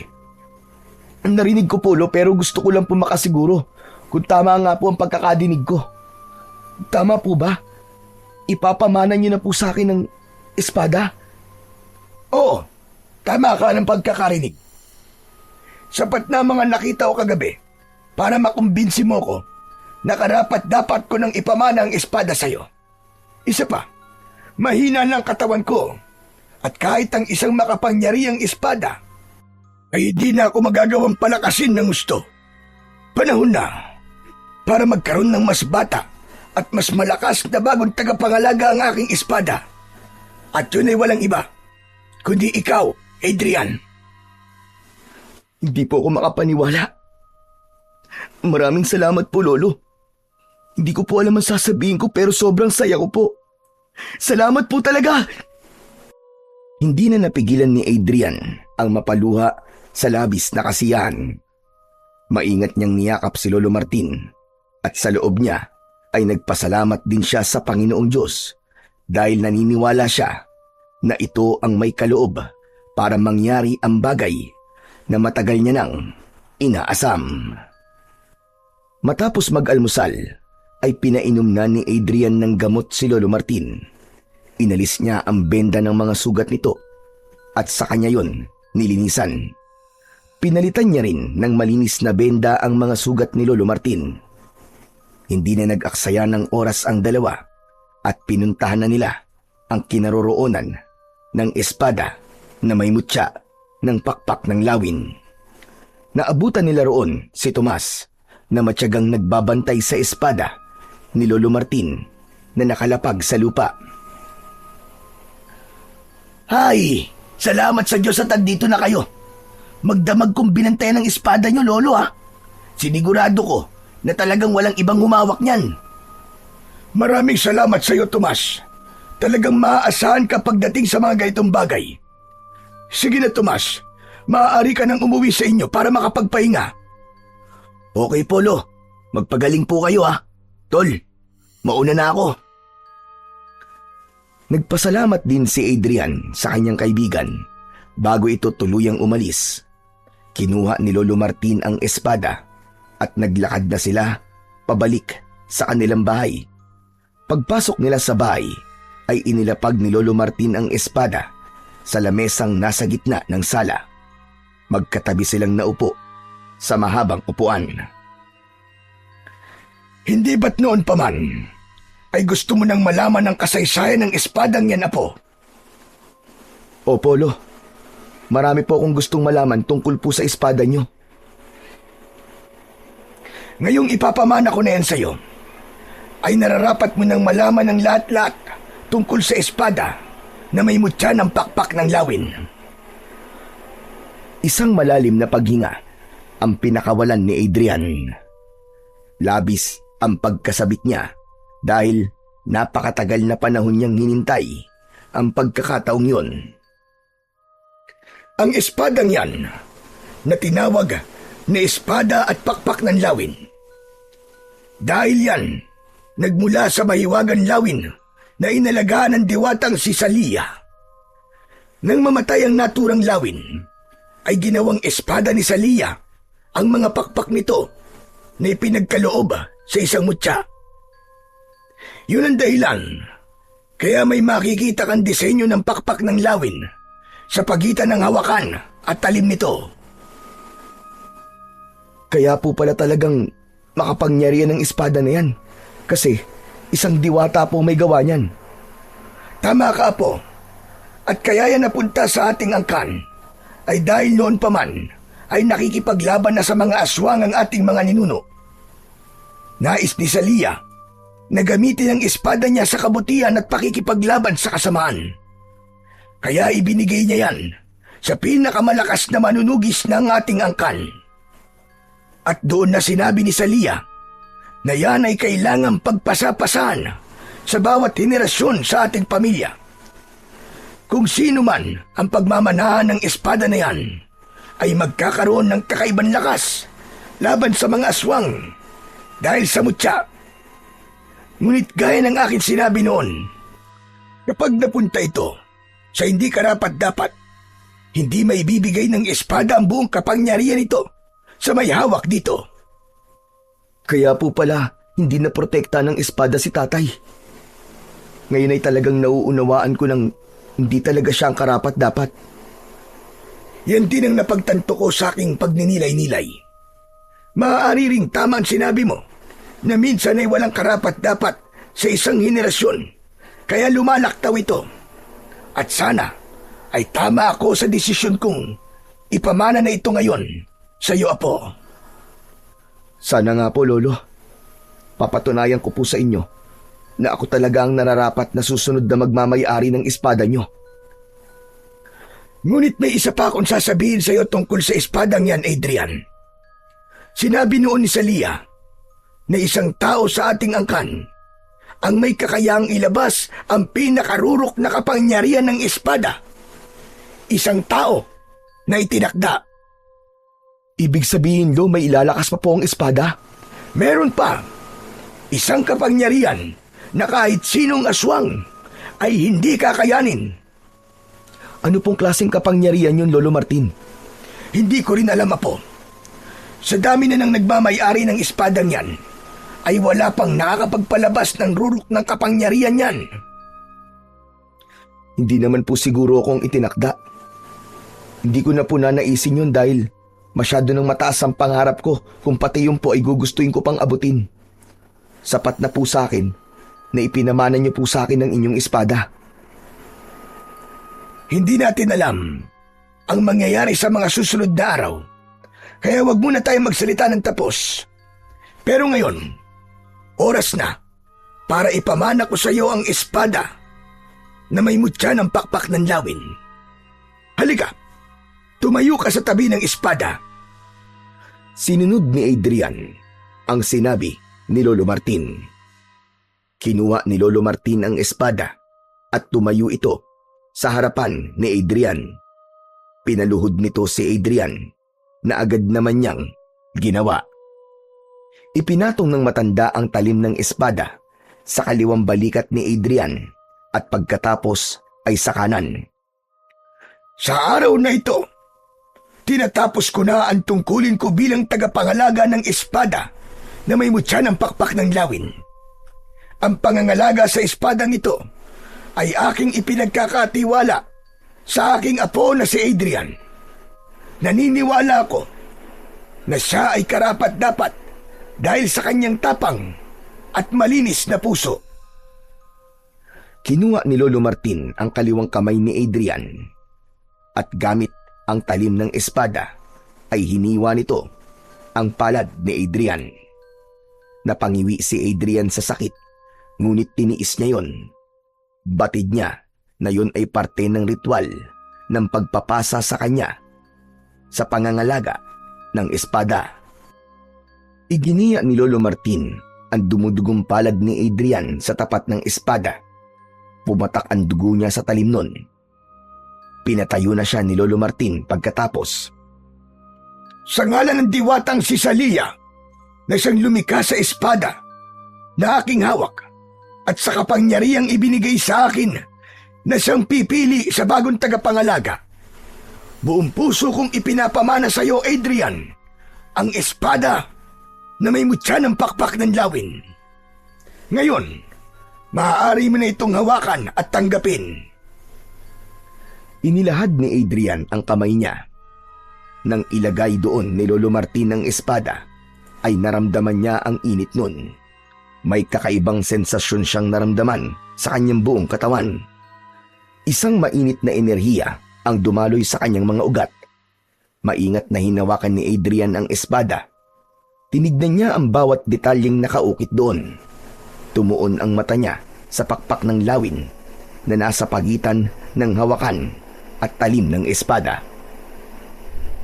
Simula sa araw na ito, ikaw nang tagapangalaga ng espada. Gamitin mo yan sa kabutihan at pakikipaglaban sa kasamaan. Gamitin mo ang espadang yan sa pagtulong sa mga nangangailangan. Pangako po, hindi ko po ito gagamitin sa kasamaan. Ipapakita ko po sa inyo at kay Salia na ako ay karapat dapat na maging tagapangalaga ng espada ng pakpak ng lawin. Habang hawak ni Adrian ang espada, ay naramdaman niya ang bigat nito sa kanyang mga kamay. Alam niya na yon ay dahil sa kapangyarihang nakapaloob sa espada. Agad ding sinimulan ni Lolo Martin ang pagsasanay kay Adrian sa paggamit ng espada.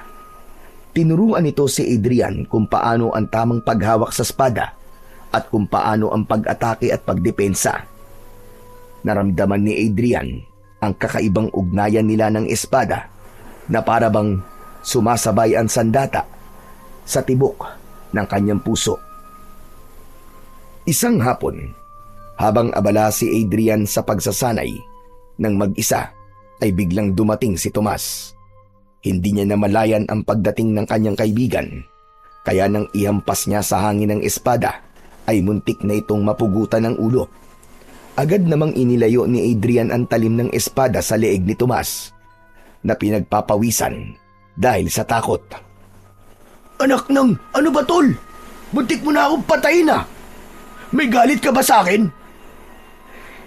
Bigla ka na lang kasing sumusulpot eh. Magpasalamat ka at hindi ko naputol ang ulo mo. Mabuti na lang talaga.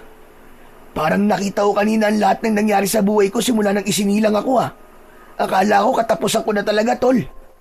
Pero teka, espada ni Lolo Martin yung hawak mo ah. Bakit mo hinawakan yan? Baka malasing ka tol. Mamalasin lang ako kung hindi akong tagapangalaga nitong espada. Tapos sinawakan ko to. Teka. Ano sinabi mo? Ibig bang sabihin, tol? Ipinamana na ni Lolo yan sa'yo? Oo, nung nakaraang araw pa. Huli ka na sa balita. Hindi nga. Totoo ba yan? O baka gino-joke time mo lang ako? Sa tingin mo ba'y magkakaroon ako ng lakas ng loob na hawakan to kung hindi pa to pinamana sa akin ni Lolo? Sige nga. Saka bahala ka kung ayaw mo maniwala. Naniniwala naman ako eh. Kaya lang, hindi ko inaasahan na ipinamana na sa ni Lolo yan. Niwala ka kasing sinabi kahit ilang beses na tayo nagkita. Kilala kasi kita, Tomas. Panigurado na kapag nalaman mo, ay ipagkakalat mo agad yun sa buong baryo. Nako. Malamang. Siyempre, proud na proud ako sa iyo eh. Pero kung may pagsasabihan man ako na una, yun ay walang iba kundi si Aling Mosang para matigil na siya sa pagsasalita ng kung ano-ano laban sa'yo. Alam mo naman ang katsismosaan ng isang yun. Hayaan mo na lang siya, Tomas. Saka, makikiusap sana ako sa'yo na wag mo munang sabihin kahit na sino na ipinamana na ni Lolo sa akin tong espada ng lawin. Ha? Chong, bakit naman? Ayaw mo bang malaman ng lahat ang tungkol sa pagpapamana sa'yo ni Lolo niyan? Para naman masupalpal lahat ng may hindi magagandang sinasabi sa'yo. Wag muna, Chong. Ayoko munang ipaalam kasi wala pa ako napapatunayan simula nang ako nang nagmamay-ari nitong espade. Gusto ko, sila mismo makakakita na ako na ang bagong may-ari nito. Sa bagay, mas maganda nga yung nasa isip mo. Kung malalaman kasi agad ng mga tao na ipinamana yan sa'yo ni Lolo, paniguradong marami na kaagad silang masasabi. Kaya mas mabuti na makita na lang nila kung paano mo yan gamitin sa pakikipaglaban mo sa mga aswang. Pero tol, alam mo, medyo kinakabahan pa rin ako eh. Pambihira! At talagang ngayon ka pa kinakabahan ha? Kung kailan nasa iyo na ang espadang makapangyarihan na yan? Kasi may pakiramdam ako na sa susunod na pag-atake ng mga aswang, ay makakaharap ko na ang pinuno nila na si Gubaton. Kung sakali, yun ang unang beses na magkakaharap kami. Hindi ko pa alam kung anong klase siyang aswang at kung gaano talaga siya kalakas. Nako, huwag ka nang kabahan. Sigurado ko na kahit gaano pa kalakas ang Gubaton na yon, ay kayang-kaya mo siyang durugin. Wala siyang binatbat sa'yo. Lalo na ngayong nasa iyo na ang espada ng pakpak ng lawin. Basta, kapag umatake ang Gubaton na yun dito, hindi pwedeng hindi ako manonood ha. Gusto kong makita kung gaano ka kaastig makipaglaban. Ano, best friend? Kaya kaibigan kita eh. Napakalaki ng tiwala mo sa akin. Salamat best friend ha. Kasi ikaw talaga ang palagi nagbibigay sa akin ng lakas ng loob. Lalo na sa mga panahon na pinanghihinaan ako at maliit ang tingin ko sa sarili ko. Sus!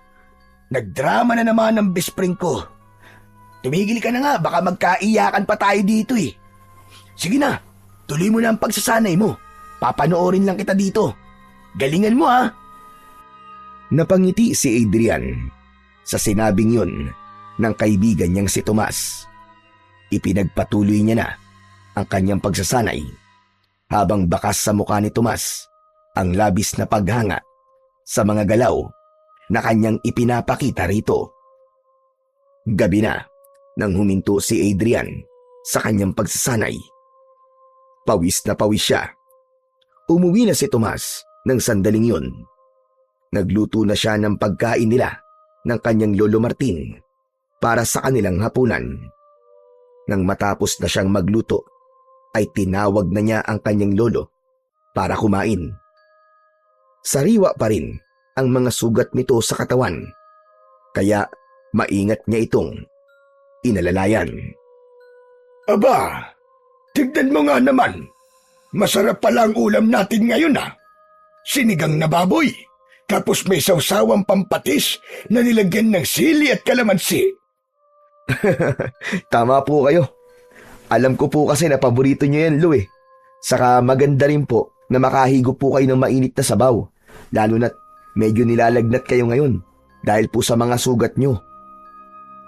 Maraming salamat Apo. O ano? Kumusta pala ang pagsasanay mo? Maayos naman po, Lolo Martin. Sanay na po akong gamitin ng espada.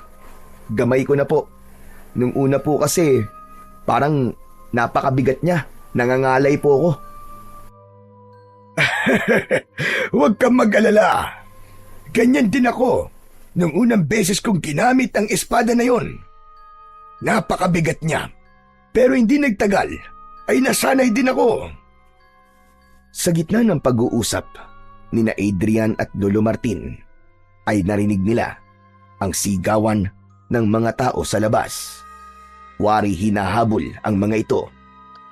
Agad na nilukob ng labis na pagkabahala at takot si Adrian, at ang unang pumasok sa utak niya ay muli na namang sumasalakay ang mga aswang sa kanilang baryo upang mambiktima o pumatay ng mga tao. Nanlalaki ang mga matang tumingin si Adrian sa kanyang Lolo Martin na noon ay nakatingin lamang sa kanya. Lolo, ang mga aswang, sumasalakay na naman po sila. Alam mo na kung anong dapat mong gawin. Lumabas ka na at gamitin mo ang espada ng pakpak ng lawin sa iyong pakikipaglaban. Opo, Lo. Gagawin ko na po kagad.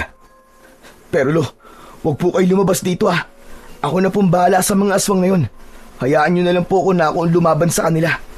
Hindi nyo pa po kayang makipaglaban sa ngayon, lalo na't mahina pa po kayo at sariwa pa po ang mga sugat nyo. Huwag po kayong lalabas dito, Lo, kahit ano po mangyari. Sige, Apo. Malaki ang tiwala ko sa iyo. Ipakita mo sa lahat ng mga aswang at mga tao rito na hindi ako nagkamali sa iyo, na ipinamana ko sa iyo ang aking espada. Puno ng kumpiyansang tumango si Adrian sa kanyang Lolo Martin. Kinuha na niya ang espada ng lawin at saka siya lumabas ng kanilang bahay. Sumalubong sa kanya ang kaguluhang nangyayari sa kanilang baryo gawa ng mga aswang. Nakita niya ang napakaraming aswang na ang mga mata ay kumikislap sa dilim na akala mo ay bolang apoy. Halatang gutom na gutom at uhaw na uhaw ang mga yon sa laman at dugo ng tao. Hoy! Mga diablong buwang kayo! Ang papangit niyong mga aswang kayo! Ako ang harapin niyo! At huwag ang mga walang kalaban-laban sa inyo! Sa akin niyo ipakita ang bangis niyo! Sige! Lusob! Sa lakas ng boses na yun ni Adrian, nakuha niya ang atensyon ng mga aswang. Maging ang mga tao ay nagulat nang makitang hawak niya ang espada ng lawin. Isang aswang ang unang umatake sa kanya. Tumalon ito ng mataas, ngunit sinalubong naman niya ito ng espada at nagawa niyang gilitan ang leeg ng naturang aswang. Bumagsak ang aswang sa lupa na agad na binawian ng buhay. Kasunod noon ay 3 pang aswang ang umatake mula sa harapan niya. Hindi umatras si Adrian. Mabilis ang kanyang galaw at matagumpay niyang naiwasan ang mga pag-atake ng mga yun. Gamit ang espada ng lawin ay pinutol niya ang braso ng isang aswang at may isa pang aswang na sinaksak niya sa dibdib at pinagdiinan niya pa ng gusto. Ang isa ay sumugod sa kanya mula sa gilid pero naramdaman niya yon at nagawa niyang sumalag gamit ang espada at sa kanya ito sinaksak sa likod na agad nitong ikinasawi.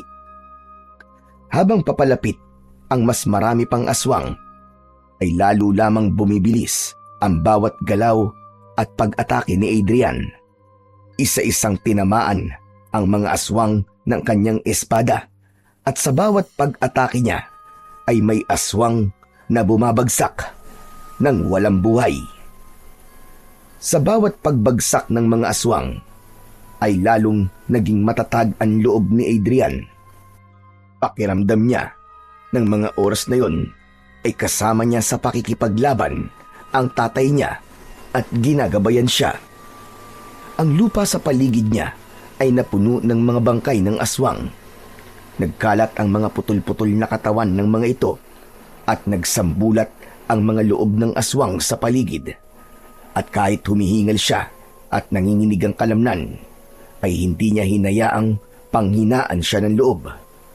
Matalas ang pag-iisip at nag-uumapaw ang determinasyon na matalo ang mga kampon ng kadiliman. Ngunit sa gitna ng pakikipaglaban ng binatang si Adrian, ay biglang dumagundong ang isang napakalakas na pag-alulong. May hinala na siya na kung sino yun at hindi nga siya nagkamali. At dahil sa paglingon niya sa pinanggagalingan nun, doon niya nakita ang isang malaking aswang. Nakangisi yun habang naglalakad papalapit sa kinaroroonan niya. Huminto ang dambuhalang aswang ng ilang dipa ang layo sa kanya. Kung ganun, hindi na pala si Martin ang may hawak ng espada. Sino ka? Ipakilala mo ang iyong sarili sa akin. Ako si Adrian. Ako ang anak ni Ado na pinatay mo. Si Ado, ang manunugis na akin nang pinaslang. Hindi mo alam kung gaano ko nasiyahan nang makita ko ang kanyang kamatayan sa aking harap. At sigurado ko na ganun din ang aking mararamdaman sa pagpatay ko sa iyo, Kutong Lupa. Walang hiya ka. Kutong Lupa pala. Tandaan mo, walang malaking nakakapuwing. At hindi ko hahayaan na gawin mo sa akin ang ginawa mo sa aking ama. Sisiguraduhin ko na ngayong gabi, magaganap na ang iyong katapusan at magsasama na kayo sa talas sa impyerno! Matapang ka. Yan din ang sinabi sa akin ng iyong ama bago siya mamatay. Ngunit tignan mo kung nasan siya ngayon. Nasa kabilang buhay na siya. At ganun din ang mangyayari sa'yo. Ngunit pahihirapan mo na kita bago kita patayin. Huwag masyadong mataas ang tingin mo sa sarili mo. Huwag kang magsalita ng tapos. Lalo na't hindi mo alam kung gaano katindi ang kagustuhan kong wakasan na ang iyong kasamaan. Matapos yon, ay mabilis na sumugod si Gubaton kay Adrian. Agad naman itong sinalubong ni Adrian gamit ang espada ng lawin. Iniwasan ni Gubaton ang kanyang pag-atake. Sa simula, naging patas ang laban ng dalawa. Nagawang masugatan ni Adrian ang balikat ni Gubaton dahil sa isang mabilis na pag-atake. Nakipaglaban si Adrian sa pinuno ng mga aswang na si Gubaton na parabang matagal na siyang sanay na sanay gamitin ang espada ng lawin na ginawa ng isang makapangyarihang diwata. Ngunit hindi nagtagal, ipinakita na rin ni Gubaton ang tunay nitong lakas.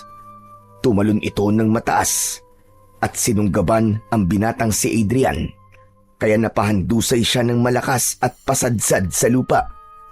At bago pa siya makabangon, ay mabilis na sumugod muli ang pinuno ng mga aswang na si Gubaton. Napigilan niya ito ng kanyang espada ng lawin, pero hindi niya napansin ang isang kamay nito na umatake mula sa ibaba at napasigaw siya dahil sa pagbaon ng mga kuko nito sa kanyang dibdib. O ano, binata? Wala kang laban sa akin. Gaya ka lang ng iyong ama na mahinang nilalang. Parehas lamang kayong hindi karapat-dapat sa espadang yan. Mga walang binatbat, mga walang silbi. Hindi nagsalita si Adrian. Tinignan lang niyang mabuti ang kalaban niyang pinuno ng mga aswang at pinakiramdaman ang bawat paggalaw ng katawan nito. Animo ay inaaral niya at humahanap ng tiyempo upang umatake.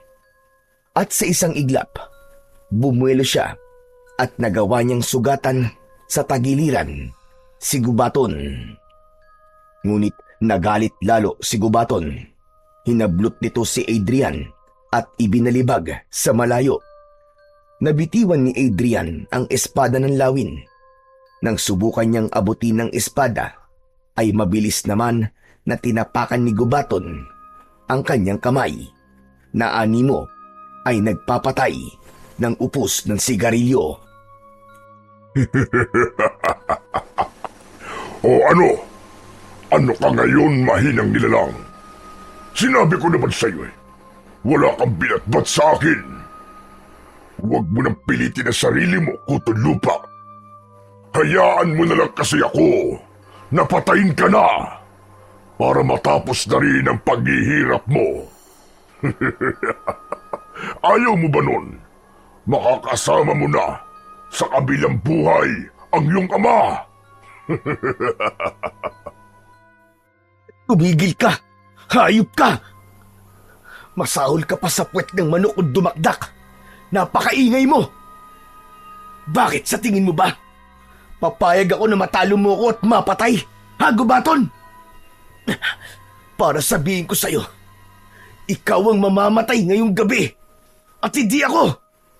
Hindi ako makakapayag na mabuhay ka pa na isang masamang nilalang. Nabuhay pa ay sinusunog na ang kaluluwa sa impyerno. Alam ko na mag-aasik ka lang ng lagim at kamatayan dito sa aming baryo kung mananatili kang buhay. Hindi lang sa inyong baryo, kundi sa iba pang lugar ako mag-aasik ng lagim. At patutunayan ko sa lahat na ako magiging hari ng sanlibutan. Uunti-untiin ko hanggang sa masakop ko na ang buong mundo. At ako na ang hihirangin na pinakakinatatakutang aswang sa lahat. Tinignan ni Adrian ang espada ng lawin. Kinausap niya yon gamit ang kanyang isip. Sinabi niya sa espada na higit niya itong kailangan sa mga sandaling yon. Labis na namangha si Adrian nang tila naunawaan naman siya ng espada dahil bigla yung binalot ng nakakasilaw na liwanag. Para bang may sariling isip ang espada at mabilis yung umangat mula sa lupa at lumipad patungo kay Adrian. Sinalo niya ang espada gamit ang isa niyang kamay. Ano to? Hindi! Paanong nasa iyo muli ang espadang yan? Hindi maaari! Ano? Bilib ka ba, ha? Sinong kutong lupa? Tsaka hindi ba't sinabi ko sa'yo na ngayong gabi na magaganap ang iyong kamatayan? Magsasama na kayo ng lolo mo si Taning! At sa isang iglap, mas nagliwanag ang espada na may mutya ng pakpak ng lawin. Kaya napaatras ang pinuno ng mga aswang na si Gubaton. Agad namang tumayo si Adrian. Sa muling paghawak ni Adrian sa espada ng lawin, ay may naramdaman siyang kakaibang lakas na dumaloy sa kanyang buong katawan hanggang sa kanyang mga ugat at sa lahat ng himaymay ng kanyang laman. Ang kanyang likod ay kumibot-kibot, kumirot ng pagkasakit-sakit na animoy may gustong kumawala mula sa loob. At mula roon ay unti-unti nang sumibol ang malalapad na pakpak ng isang lawin. Para siyang isang anghel na bumaba mula sa langit. Nang kumampay ang mga pakpak niya, ay lumikha yun ng malakas na hangin. Sumambulat ang alikabok sa paligid. Ano to? Anong nangyayari? Bakit bigla ka nagkaroon ng pakpak? Imposible ito! Humanda ka na sa iyong kamatayan, hayop ka, Gubaton! Dahil ito na ang rurok ng kapangyarihan ng espada at pakpak ng lawin. Para sa mga taong pinahirapan mo, tinanggalan mo ng mga mahal sa buhay. Sa lahat ng mga naging biktima mo at ng mga alagad mong kapwa mo demonyo. At syempre, para sa aking ama, na pinaslang mong hayop ka na walang ginusto, kundi ang mamuhay ang mga tao sa aming baryo ng payapa at tahimik. Hayop ka para sa lahat ng pinaslang mo. Ito na ang katapusan mo! Nagulat si Gubaton sa itsura ni Adrian. Natatakot na lumayo ito sa binata. Maging ang mga alagad nitong aswang ay tumakbo na rin para tumakas. Ngunit hindi pinayagan ni Adrian na mangyari yun. Lumipad siya at pakiramdam niya ay ginagabayan siya ng kanyang espada. Mabilis siyang sumugod papunta kay Gubaton at dinakma niya ito sa leeg gamit ang isang kamay. Isinama niya ito sa kanyang paglipad sa himpapawid. Nang napakataas na sila, ay saka huminto si Adrian. Sa kabila ng pagwawala ni Gubaton, ay hindi nito nagawang makawala sa mahigpit na pagkakahawak ni Adrian. Ano, Gubaton? Sino ang kutang lupang sinasabi mo? Sabihin mo! Tapusin na natin to, Gubaton. Tapusin na natin ang kawalangyaan mo at kademonyohan mo! Wag! Wag! Maawa ka sa akin! Hindi ko na uulitin ang lahat ng mga ginawa ko. Magpapakalayo-layo kami at hindi na kami mamiminsala ng mga tao. Pakawalan mo lang ako. Magbabagong buhay na kami. Ibang klase ka ring hayop kay, no? Naririnig mo ba ang mga sinasabi mo? Maawa! Ako maaawa sa'yo! Hayop ka! Bakit? Naawa ka ba sa tatay ko at sa lahat ng mga pinaslan mo? Hayop ka! Ang mga kagaya mo ay hindi dapat kinakaawaan. Katapusan mo na, Gubaton. Katapusan mo na! Kahit na anong pagmamakaawang gawin mo, ay hindi na uubra sa akin! Ngayon, kung may alam kang dasal, magdasal ka na sa kapwa mo demonyo! Dahil ito na ang magiging katapusan mo! Walang babalang binitiwan ni Adrian si Gubaton. Malakas itong bumagsak sa lupa. Halos hindi na ito makagalaw habang may dugong lumalabas sa bibig at ilong nito. Matapos yun ay bumulusok pababa si Adrian papunta sa pinuno ng mga aswang at buong lakas niyang itinarak ang espada ng lawin sa dibdib ni Gubaton at pinagdiinan niya pa yon ng gusto hanggang tumagos sa likod nito.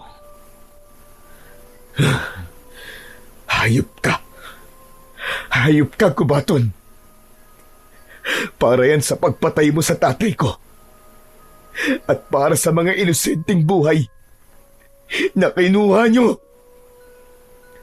Pagkahugot ni Adrian ng espada, ay tuluyan ng binawian ng buhay si Gubaton.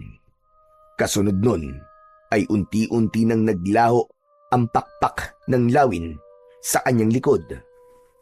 Luminga si Adrian sa paligid niya at kahit isang buhay na aswang ay wala siyang nakita.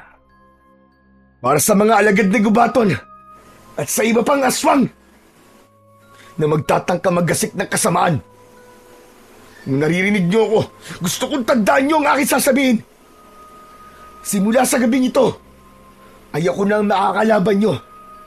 Sisiguraduhin ko na lahat kayo ay mamamatay, gaya ng aswang na nasa aking harapan ngayon. Hindi ako natatakot sa inyo. Kayo ang dapat na matakot sa akin. Hindi makapaniwala ang mga tao habang nakatingin kay Adrian. Alam ni Adrian na sa sandaling yun ay naipakita niya na sa mga taong maliit ang tingin sa kanya na siya ang karapat-dapat na tagapagmana ng espadang hawak niya. Hindi nagtagal ay masayang lumapit si Lolo Martin kay Adrian. Lolo, patay na po si Gubaton. Matatahimik na po tayong lahat. Hindi ako makapaniwala. Ikaw ang itinakdang makakapagpalabas ng rurok ng kapangyarihan ng espada at pakpak ng lawin. Ang pakpak na lumabas sa iyong likod, sigurado ko na yun ang senyales na ikaw, Apo, ang itinakda. Masayang nagyakap ang maglolo. Maging si Adrian ay hindi makapaniwala sa mga nangyari kanina. Ganun pa man, masaya siya dahil nagkaroon na ng hustisya ang mga naging biktima ni Gubaton, lalo na ang pagkamatay ng kanyang ama. Natutunan ni Adrian na ang kabiguan ng nakaraan ay hindi hadlang para sa tagumpay ng kasalukuyan. Siya na ang bagong tagapagtanggol ng kanilang baryo at doon niya nalaman na meron siyang halaga.